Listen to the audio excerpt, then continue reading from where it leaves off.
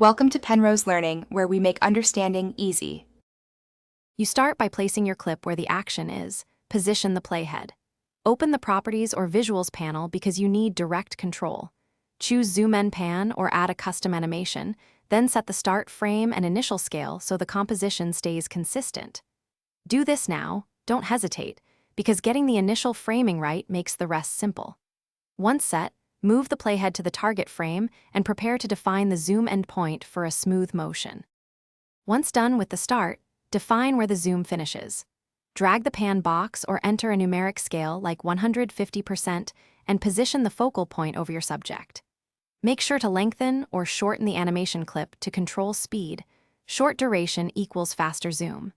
Then apply easing to avoid robotic motion. Choose smooth or ease in slash out so the movement accelerates naturally and decelerates into place. Make small adjustments and preview. You're almost done. Preview the zoom at full resolution and scrub across the keyframes to confirm smoothness. Make sure the clip's frame rate and export settings match your project so the motion stays consistent when rendered. If the zoom looks jittery, nudge keyframes by 1 or 2 frames, enable motion blur, or slightly adjust easing. Finally, export using your preferred codec. Review the final file and make a single tweak if needed. Then you're finished and ready to use the clip. Thanks for watching. If this was helpful, leave a like and consider subscribing. See you next time.